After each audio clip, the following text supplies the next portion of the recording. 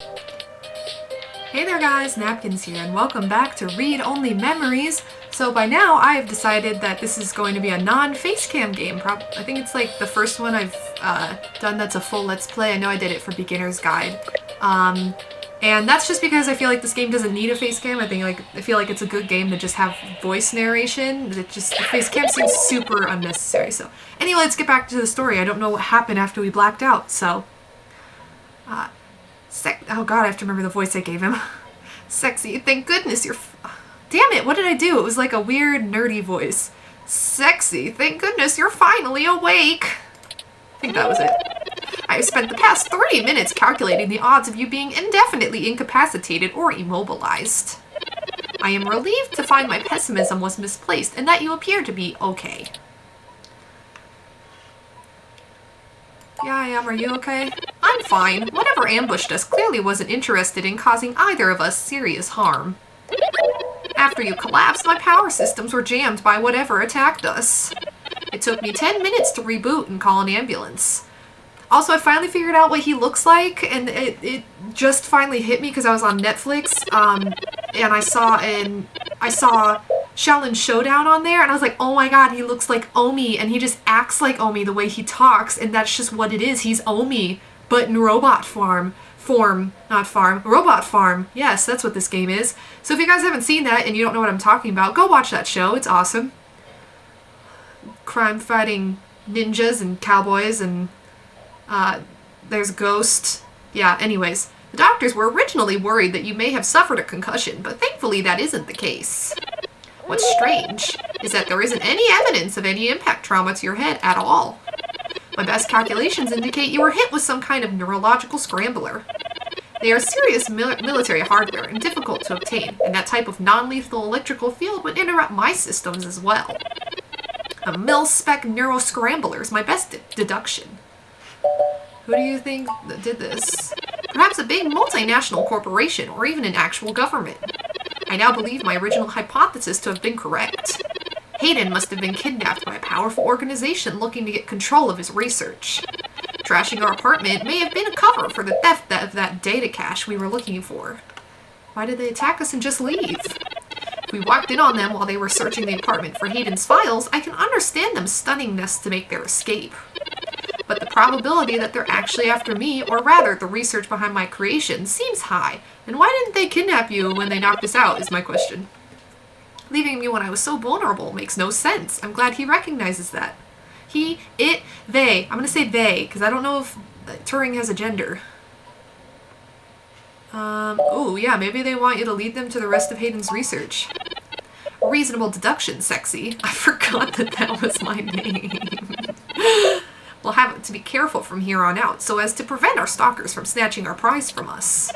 If they don't yet have Hayden's research, we may still have time to rescue him before something really bad happens to him. Did you see who hit us? No, I did not. They hit us from behind, and nothing showed up on my optics before I was disrupted. They either had cloaking of some kind, or were just very careful making their way into the apartment. My optics, while not top of the line, are better than the off-the-shelf ROMs, and I should have been able to detect any thermal changes from someone being there. Did they just sneak in the front door while we were there rummaging? When my RAM got scrambled, I lost a few seconds of memory that hadn't yet been written into my data drive. Anyway, the nurses told me that they want you to do an overnight stay for observations, Sexy. A sound precaution to be sure, but if we were hit with some neuroscrambler, not a blunt object, it's a waste of time. Sorry, thought I clicked. I won't presume to make medical decisions for you, but perhaps we should pressure them for your release today. It's just, Hayden's trail is getting very cold. Oh, he's so worried. Oh, before I forget, here are your belongings. The nurses had me hold them for you until you awoke. Here's your ID card. Don't lose this again. ID added to items. Here are those headphones you reviewed. He knew I reviewed them. That's creepy. Stop it, Turing. I noticed the article on your computer before. Good job getting published. Why, thank you, Turing. And finally, here's your commemorative glass of water that you got from Alfie. Looks like it got broken. Now all we have is this broken commemorative glass. He's just going over my inventory with me, isn't he? I keep saying he. You're right. You wouldn't want to cut yourself. Broken glass removed from items. Just let me know when you want to leave. Ah, excuse me. I do not mean to be a busybody, but see, visitors are so rare these days. Have I overheard that your friend has gone missing?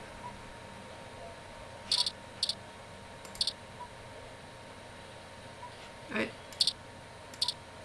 Does it speak to the... How are things, Metacomp? I don't know why I did that. Focused is kind of creepy. Yeah, a little bit, probably. Oh, I just need to open the curtains. Oh, I'm dumb. Who are you, sir?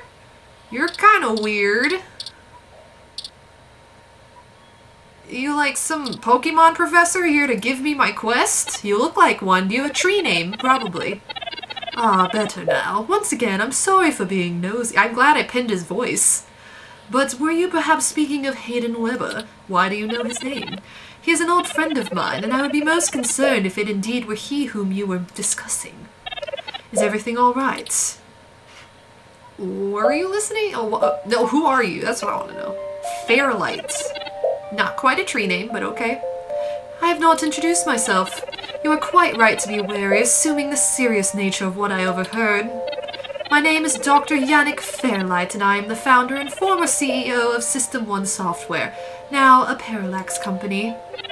I met Hayden during the course of the merger between Parallax and my company. He is telling the truth, at least as far as I can intuit from information on the meshnet. I do recall Hayden mentioning Dr. Fairlight, at least once in passing at some point. Whoops, accidentally activated the voice command on my phone. It was trying to Google everything I was saying. Ah, I see. Confirmation of my identity. Were you listening in on our conversation? No shit, dumbass sexy. I apologize for that. It isn't difficult to overhear bits of every conversation in this room. I may not regret it, however, if the situation indeed concerns us both. Perhaps we can help each other. I will not press you for information, but perhaps I can be of some assistance? I remember my association with Hayden fondly, and I would be happy to help in any way I can. I have nothing better to do regardless. How did you meet Hayden? Hayden and I made our acquaintance when Parallax and my company underwent a merger. At the time, Hayden was merely a young hotshot researcher working in the search data correlation sector. He was assigned to find the best ways to integrate Parallax's own collection and analysis tools onto System 1's LIPS operating system. He was a bit much to handle at times, honestly. I admired his passion for the subject. You said former CEO? Ah, yes, former. Ah, he's a little bitter about that, ain't he? I accepted a lower position after the merger with Parallax, though that too did not last. The new board of directors and I had a difference of opinion about the direction the new company should take. The distributed meshnet that current generation ROMs used was, at the time, highly experimental. I felt that a non-centralized data scheme was dangerous, both from internal and external threats. I have been proven wrong so far, but the security work that goes into maintaining the integrity of the meshnet is extremely expensive.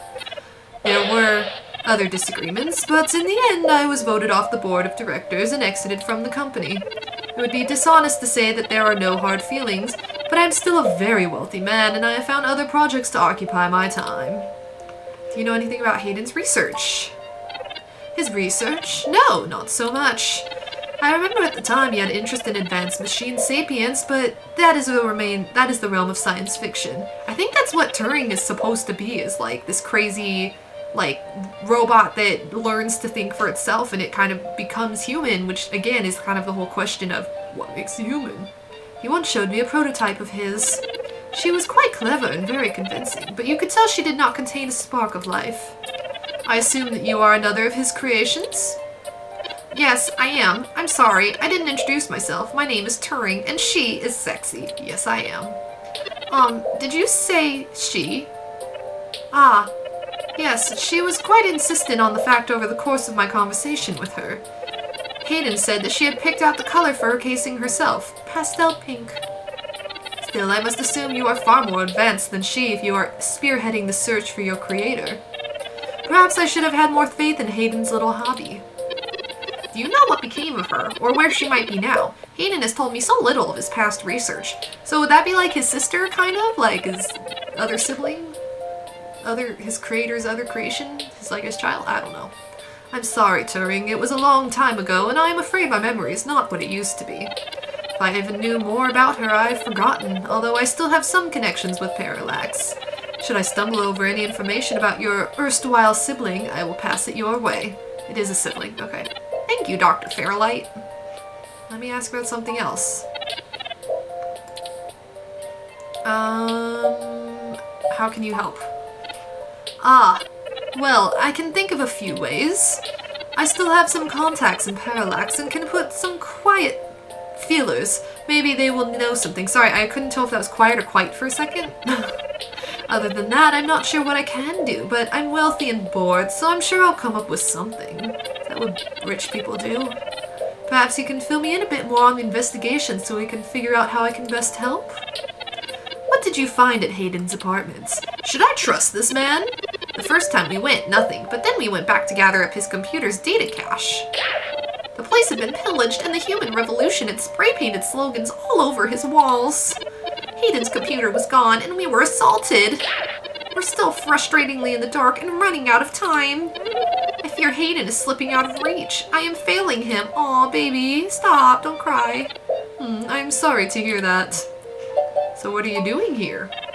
It is quite a coincidence that we find ourselves here sharing a room, but such things happen from time to time. It's not so mysterious. It's up to us to seize the opportunity when it appears.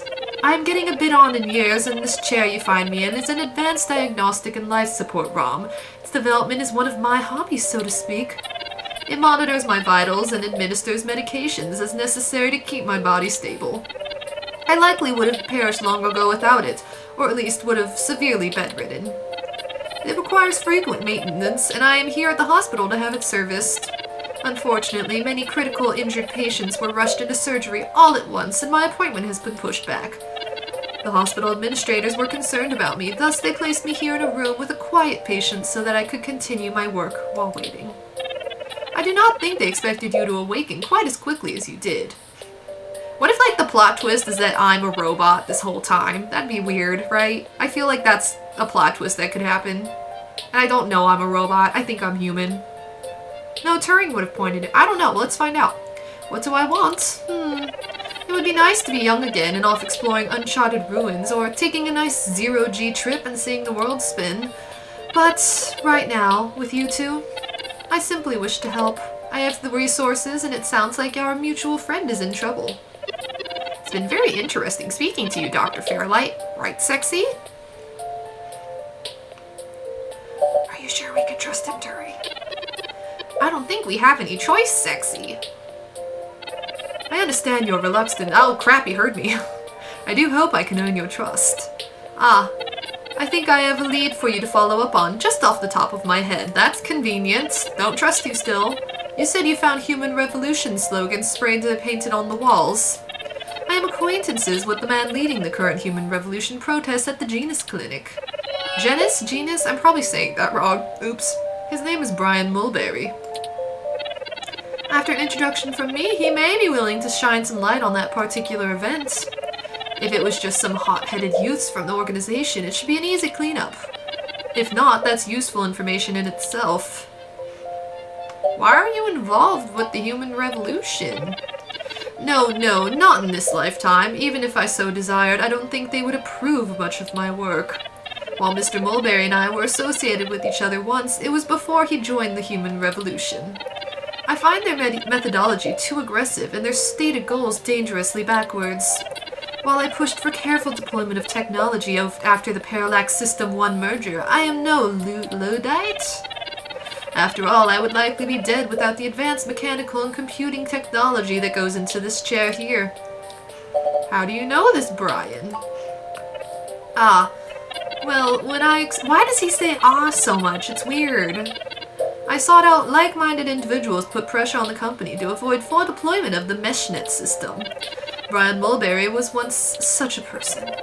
We did not succeed in our efforts, but a high-profile breach of Parallax's servers did force them to put vastly larger efforts into the network's security than they had planned. A great expenditure of resources I had been hoping to avoid. Thank you for helping us out like this. I will send a message downstairs to my assistant, Leon Decker. Leon, I can only think of Leon from Final Fantasy with his scar and his gun blade.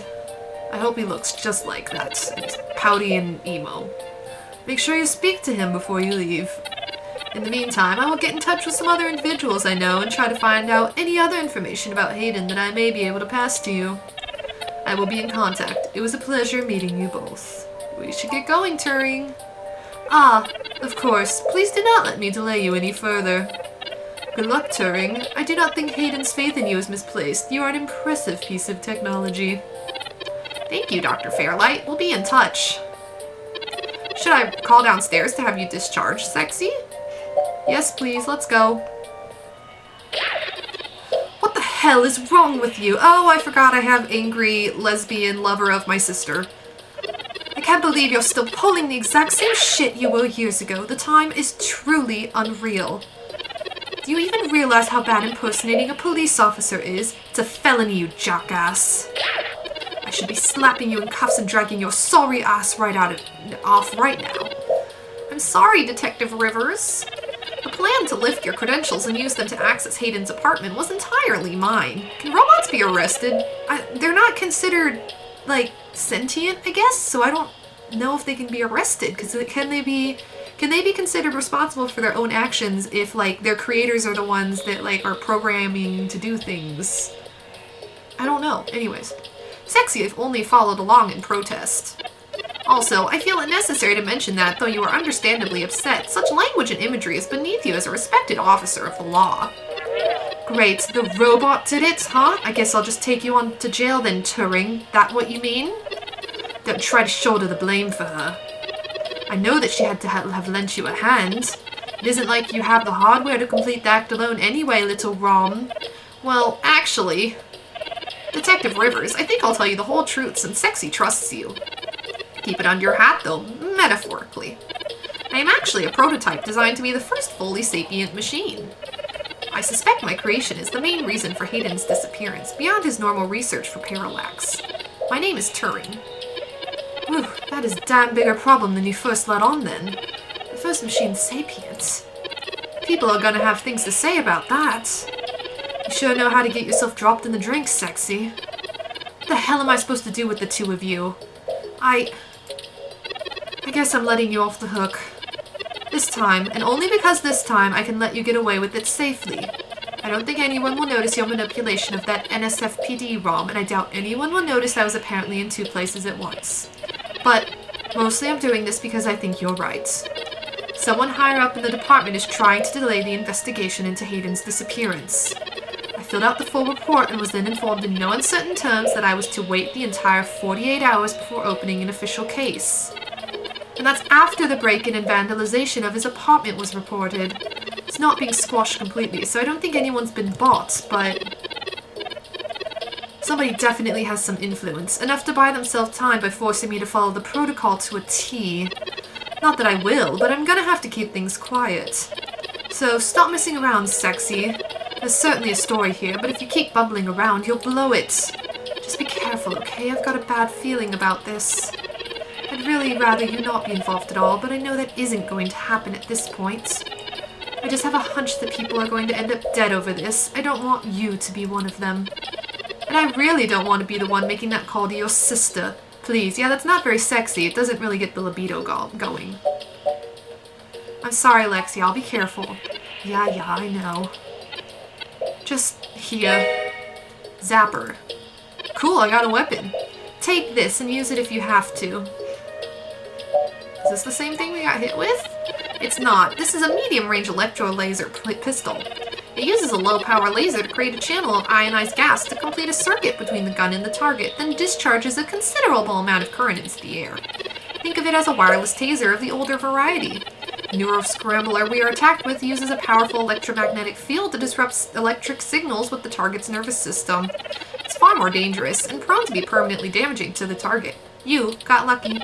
This is a more suitable personal defense weapon, and it is legal to carry in Neo San Francisco without a license. Thanks, hope I won't need it. Me too, sexy. I'll be in touch if I find anything out, but don't hold your breath. I have a feeling my superiors are gonna keep leaning on me to do nothing. Back to the grind, I guess. See you. Stay safe. Cool, well, I'm gonna go ahead and end the episode there. Yeah. Anyways, thank you guys so much for watching. I love you all so dearly, and I hope you have a wonderful day. Bye! Eva, disable the taste simulation now! Oh, Neil, I don't think I feel like it. I'm so gonna get you back for this. Girl dolphins.